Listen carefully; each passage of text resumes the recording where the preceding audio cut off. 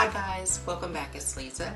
If you're new to the channel, welcome. I hope you will stick around and subscribe. Today I've got another super simple glam DIY for us. We're going to be making a glam decorative bowl and a glam chandelier cloche. And so what you're going to need some of this clear diamond chain, and this is from Efavormart. You'll also need some white iridescent glitter. This is from Efavormart. Efavormart is an online retailer of event decor, event lighting, event supplies, and so much more. I will have Efavormart's information along with my custom affiliate links in the description box below for you guys to check them out. Now from Dollar Tree, I have a plastic clear bowl here, a little fish bowl shaped vase. I have two of these taper candle holders, and then I have I think I picked these up at Ross.